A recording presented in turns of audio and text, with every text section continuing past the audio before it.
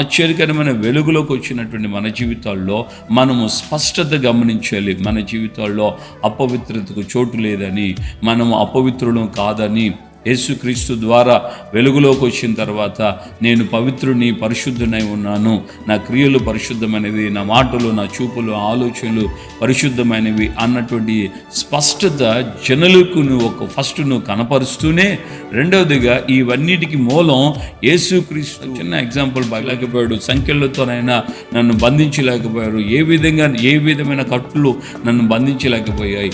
ఇప్పుడు ఆయన నన్ను వెతుక్కుంటూ వచ్చి నా బ్రతుకును మార్చాడు.